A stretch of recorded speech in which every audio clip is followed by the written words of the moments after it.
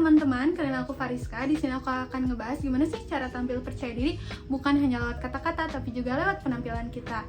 Nah, dalam setiap bentuk komunikasi ada dua hal yang selalu orang lain perhatikan nih, yaitu cara kita berbicara dan cara kita berpenampilan. Saat kita berbicara, kita sedang menyampaikan pesan seperti ide, informasi, dan pendapat kita kepada audiens. Namun, penampilan profesional kita juga berfungsi sebagai pelengkap yang memperkuat pesan tersebut. Ketika gaya bicara kita yang jelas dan percaya diri dipadukan dengan penampilan yang rapi dan sesuai situasi, audiens akan lebih mudah memberikan kepercayaan dan menilai kita sebagai pribadi yang profesional. Dua elemen ini juga sangat penting berpengaruh dalam membangun personal branding kita, yaitu bagaimana orang lain mengenal dan mengingat diri kita sebagai individu yang kompeten dan meyakinkan. Jadi komunikasi itu tidak hanya soal kata-kata ya, tapi juga citra diri yang kita tunjukkan. Mengapa sih public speaking itu penting?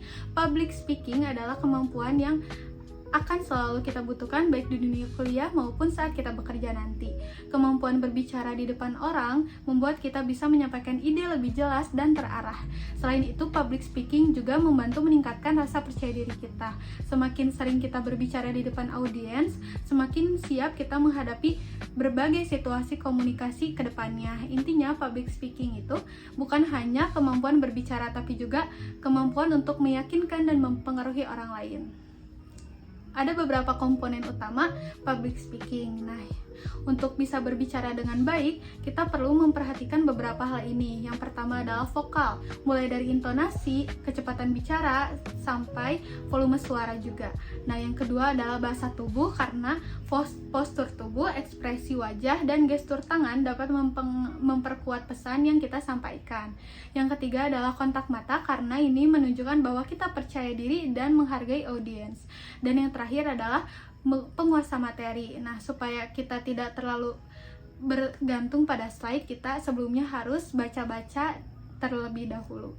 Nah, jika semua ini digunakan dengan seimbang, penyampaian pesan akan jauh lebih efektif. Nah, gaya berpakaian profesional.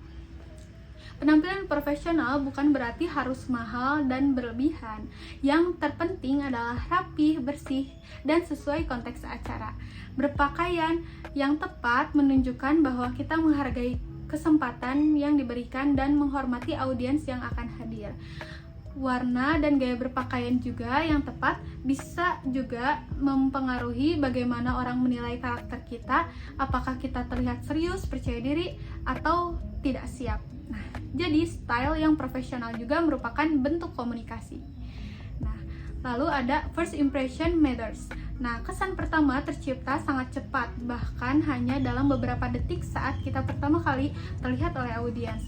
Pada momen singkat itu, orang cenderung langsung menilai apakah kita terlihat yakin, siap, dan dapat dipercaya. Karena itu, penting untuk memperhatikan cara kita memasuki ruangan, cara kita berdiri, hingga pakaian yang kita pakai. Kesan pertama yang baik akan membantu audiens lebih fokus pada materi yang kita sampaikan. Nah, lalu selanjutnya adalah speak and style dalam personal branding. Public speaking dan berpenampilan profesional adalah dua hal yang penting dalam membangun personal branding kita. Ketika kita berbicara dengan jelas dan tampil percaya diri, orang akan mengingat kita sebagai seseorang yang punya kemampuan dan profesionalitas. Dalam menguasai speak and style, kita tidak hanya menyampaikan informasi, tapi juga menunjukkan kepada dunia siapa diri kita yang sebenarnya dan kemampuan apa yang kita miliki. Itulah yang membuat kita lebih menonjol dan dihargai dalam lingkungan profesional.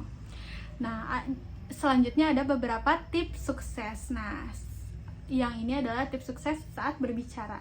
Beberapa hal sederhana dapat membantu kita tampil lebih percaya diri saat berbicara.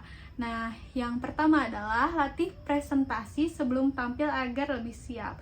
Lalu membuat pembukaan yang menarik supaya audiens langsung fokus kepada kita.